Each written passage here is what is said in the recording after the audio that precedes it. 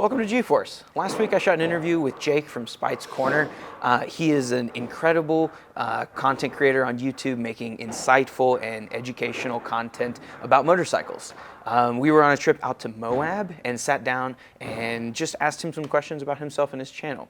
G-Force is going to be making as much of these creator spotlights as possible, so if you like what you're about to watch, please do me a favor, hit the like and subscribe button. It will really help us out.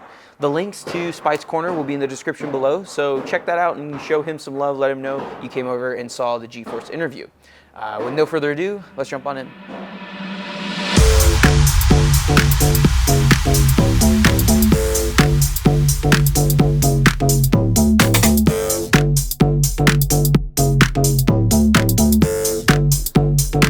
Hello, we're staring at the cameras and talking to them. I'm here, I'm there, I'm here. Hi, I'm Josh from G-Force Powersports, and this is the very first creator interview. This one's easy. Yeah. You guys are used to seeing Spite and I on camera together, and I already know Spite, so This is a great way to kick this off. But the idea is I want to shed a light and highlight content creators in the powersports universe who are educating the online community, who are out there working hard so that people have all the facts, all the right opinions, and don't have to go ride, like you. Your job is tough, man. You have to ride hundreds of bikes just so people can, kind of know your general thoughts of it. Yeah, I mean, tough. Honestly, there are long days in the saddle, hence the name of the series. But yeah, I mean, I couldn't ask for a better way to spend a day. Right. Well, and people have no idea the amount of work that actually goes into it. I've seen how much work you do behind the scenes and stuff like that. And I just want this to be something that is, for your fans, just a little bit of a kiss on the forehead. Say, hey, get to know the guy Spite that you love so much, and I'm going to ask him some questions for you. So with that, let's jump on into it. Okay. All right. So first on my list, it's not really a question, but why are we here? What are we doing? And what are we filming on this trip too? Because we just showed up on a random patio in Green River, Utah right now. But let's give some people some background. So we were out riding in the dirt all day. We were doing this long, and it's called the Woody, a big rally with a bunch of buddies, and the owner of your dealership, I believe, Brent, put this on and invited me out to come check it out and film some stuff. And I managed to bust up my right elbow while I was riding, and basically the first mud puddle I could find. It was a pretty stupid off. I'm kicking myself for it, as Josh can attest. But yeah, we're out here goofing around, enjoying some single track on. I'm on an FE 501, which is just a fire-breathing monster of a dirt bike. Oh my God! As we learned today. As we learned, yeah. Those bikes do not goof around. But we also filmed some stuff. We filmed one of my heavily scripted videos at the dealership. Yep. And we went and did some very chilly riding day before yesterday. Yeah, we got up to the top of Lookout Mountain in Golden, Colorado, and it was snowing. Yes. There was snow coming down. So, yeah, we spent as much time as we could up there and then got back home. Yeah, I'm from Central Texas, and I've spent the last 6 years there. This is cold up here, guys. It's really cold. Yeah, let me say thank you for coming to Colorado, Utah here in November and freezing your butt off with me. No problem. It's been a ton of fun. Sweet. We're having a good time. All right, let's jump into some actual questions, though. All right. So I already know, but for the people on the G-Force channel, who are you and what's your channel? So I am Spite. My real name is Jake. I don't actually really care about using the superhero name anymore. Yeah. But yeah, so I am the guy on Spite's Corner, the guy with all the hair.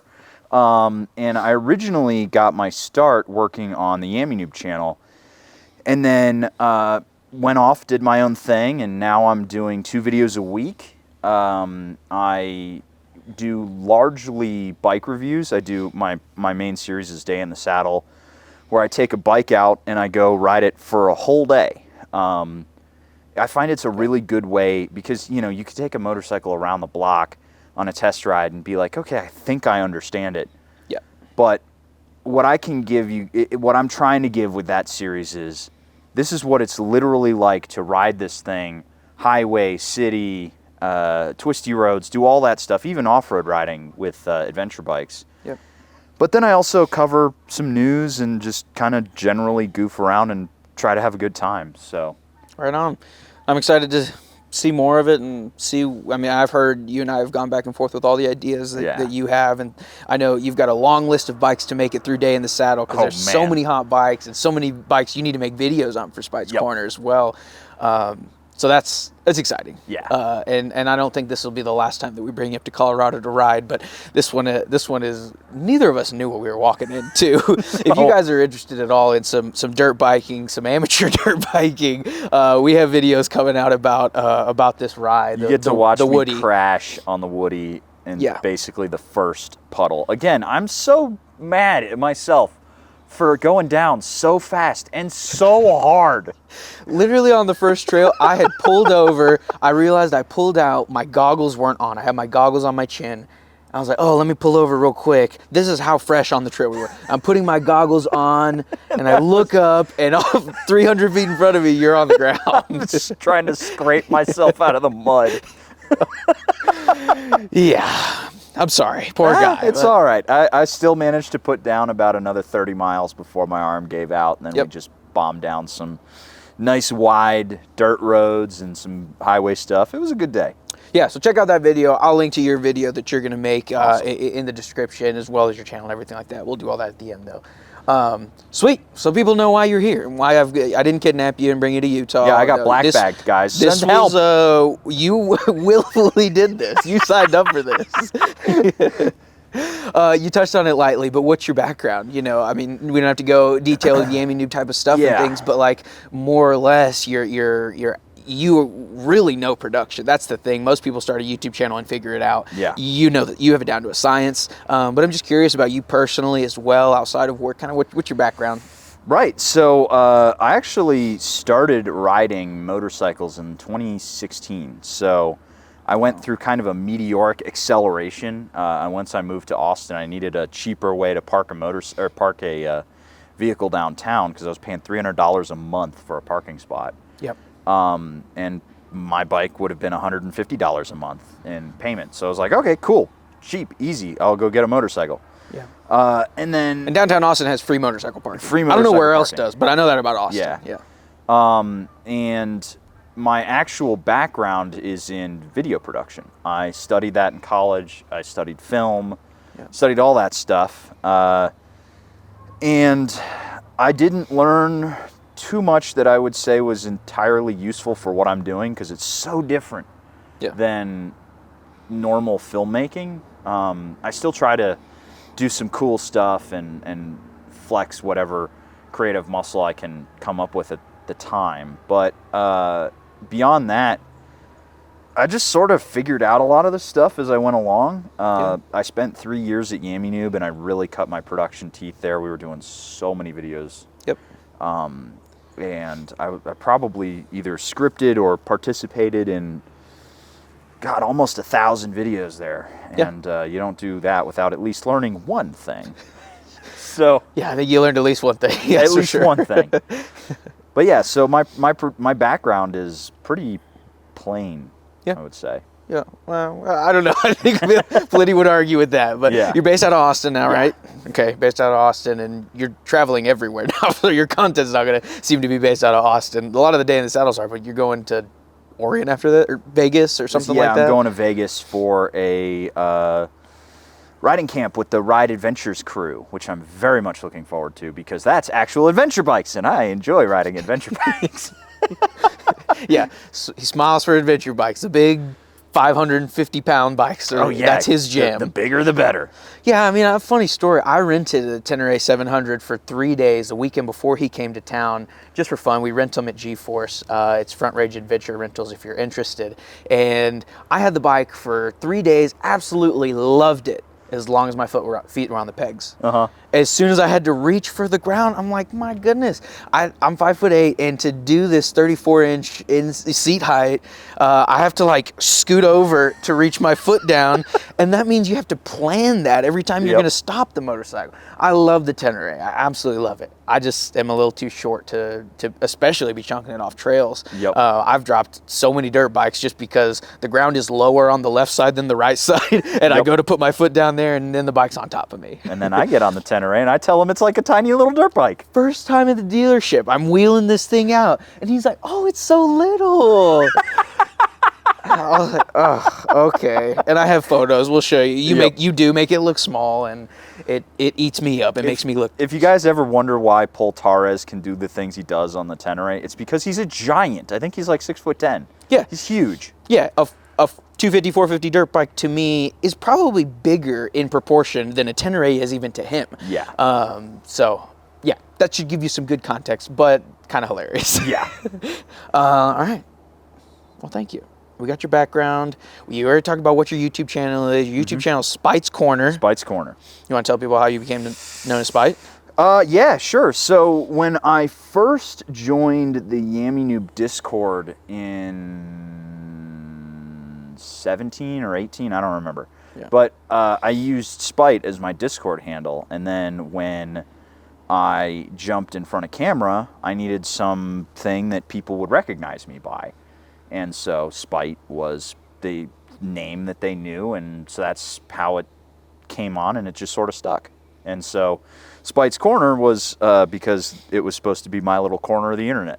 Yeah. So you're doing passion projects before. Yeah. I mean, you're doing stuff on your free time, guitar builds and amp refreshes, and I mean, just stuff that you really cared about. Yep. And now you're crushing it. Now it's all motorcycles all the time, although I am trying to do some live streams for some folks. But you still have to kiss the ring of YouTube, and you can't confuse them. And yeah. But you know what? If motorcycles are my hill to die on, sign me up. Absolutely. Put my headstone right on the peak, man. This is a good place to be. That segues perfectly. 1, what do you ride now? 2, what's your favorite bike in the world? Ooh, man. Okay, so the bike that I ride now, I've got 2. I've got a KLR 650 2023 or 2022. I don't remember. It's brand new. It's the one with fuel injection. Yep. And then I recently sold my KTM 690 SMCR for a 2013 Ducati Hyperstrada, which I am over the moon with. It's a 450-pound supermoto with bags on it. Sign me up. Yeah, I gotta ride it. Yeah, because I loved your KTM. It's a ton of fun. Yeah. And then my favorite bike in the world is really tough, but honestly, just because of what it meant for the motorcycling industry, it's probably the Harley-Davidson Sportster, with the Evo Sportster, not the new ones. Okay. Although I like the new ones plenty. But I really, the Evo Sportster did a lot for Harley-Davidson. It did a lot for the industry. It was the bike of the people. Yeah, for culture. And for culture. Yeah, I mean, it's an icon. Yeah. Especially it's an icon of American motorcycling, and I love it. Yeah. I've got a great memory of you building a 100-horsepower kit, me behind camera. Yeah, that was a lot of fun. Yeah, absolutely. Killer. Love it. Yeah. All right. Well, then, okay, so we've talked about the bike specifically. What's your favorite memory on a bike? Favorite memory riding? Okay. I've got a couple, and they're all dirt-related because I've had the most fun. Well, one track-related one and then one dirt-related one. Okay. So on track, we were at Yamaha Champ School together. We were filming a video there, and I came into that weekend being like, oh, I'm gonna take it easy. I'm not gonna push myself. I probably won't get a knee down. I'm just gonna go have fun. And then one of the last laps of the day, we were in a mixed session with the fast guys. Yep. And our group, which we were the top of the slow group. Right. So one of the fast guys was following me through a corner on out at Crescent. We were going through turn 4, where it's about to go down that hill and into the back section. It's a wagon wheel. Okay. Yep. So we're coming around wagon wheel, and one of the guys has a GoPro going, and he comes up to me afterwards, and he's like, "Dude, you were going so fast that you were laying down black marks with your tire going around that corner." And I was like, no shit, really? I was like, I felt like I wasn't going that fast. And he shows me on the GoPro, and you can see this big, thick black line from Just the tire. smearing rubber driving out of the corner. We were on R7s? R7s. Dang. And I was pushing that little R7 as hard as I could. And it was a ton of fun. And then my second favorite one was when I was at Zakar. I was with Shade Tree Surgeon. I was with Her on Two Wheels, Doodle, Lolly, Brandon, just a bunch of dudes. Bo from Chase on Two Wheels. Yep. And it was the end of the day, and I hadn't crashed throughout the whole day. And they were like, all right, it's time to do the sand pit. You don't have to do the sand pit if you don't want. But I was like, oh, I haven't crashed yet. I'll be fine. Let's do it. And so I go through the sand pit once, and I clear it. First time, I'm like, okay, yeah, feel good. And then I go through it again, and I'm like, okay, this one was feeling good. And then I got overconfident, and I went in a third time, and I spilled so hard. But it was perfect because the camera crew that Harley Davidson had there caught it in slow motion. There's this giant plume of sand going everywhere. The sun is setting behind you and silhouetting you through the sand. We got to see if we can find that clip. And then I just get up and I'm like, yeah! Yep, I remember it. It's an epic clip. It really is. It was a great fall. And I just, you turn around and you're like, everybody's thinking, oh, what if he got hurt? And then I just turn around and go, yeah, and everybody starts, yeah, kind of thing. It was a ton of fun. That was a great weekend. So people know, describe the sand pit a little bit. So you were out there doing the launch for the Pan Am, kind of. It wasn't exactly a launch, but it was a rider training. It was a rider training course. So Harley took all of their dealers to Zakar, which is a facility in California City that's owned by Rawhide, which the Rawhide folks are awesome. And, we were out there doing training one day, and then the next day we were going to do this actual, like, crazy on-road, off-road dirt ride, which was absolutely beautiful. And the course at Zakar has these like ups and downs, little whoops, which I actually didn't almost nothing. I boosted a Pan Am off of that and almost whiskey throttled it. Which apparently is an issue for me. But the sand pit is just there's these long stretches, probably about 100 feet of really, really soft, silty sand. Yeah. And you're just plowing through it. Too. It's at least 6 inches deep, I'd say. I haven't been there, but I've seen like similar conditions. Yeah. It's not like a little sand on some dirt. Yeah, even the instructors were like, there's not really a lot of technique. You either just blip the throttle as you're going through, or you just go whap all the way through it. And so I was just like, well, let's try it both ways and see what happens. And then I biffed it real hard, so that was a ton of fun. Nice. There's some apex experience for motorcycles. I know, that's some good stuff, man. Yeah, shameless plug for Yamaha Champ School. My God, those guys are great. They're so good. And I'm honored to be in one of your favorite memories. If you guys are looking to have fun on a racetrack, check them out. Yamaha Champ School. Highly recommend. You want to talk plans, like what's in store for Spites Corner a little bit? You have anything you can expose to the audience of stuff that you want to be doing here maybe in the next 12 months? Sure. So I don't really have any concrete plans necessarily. My biggest thing is I'll probably end up hitting 100,000 subs soon. I'm at 89 as of today, which is unbelievable. I never thought I'd get to this point. Congratulations, and dude, seriously. it's been a freaking roller coaster of a ride, and it's because of folks like you. It's because of folks watching at home. So big thanks to y'all for helping me do what I do. But beyond that, I really want to get my hands on some kind of eccentric and weird motorcycles. I want to start seeing, like, I want to ride a bunch of Gootsies. That's one of the things I really want to do. Yeah. Never ridden a Gootsie before. I haven't either. I don't know how that happens. Because I see them. I see a lot of them. I see a ton of them, and especially in Austin. They're everywhere, and I got to ride one. And then I want to start traveling. So I bought, for $1,000, I bought a Econoline van, and I needed new head gaskets, new timing chain, new oil pump, new this, that, and the other thing. I spent about $1,000 fixing this thing up, and it's still not fixed. But once it's fixed, I want to start traveling, and I want to start driving around, be the man in the van a little bit. Absolutely. I'm not doing like a van life van. It's literally just going to be a motorcycle and probably a camping hammock in the back, and maybe a piss jug in there Yeah. for cold nights. I don't know.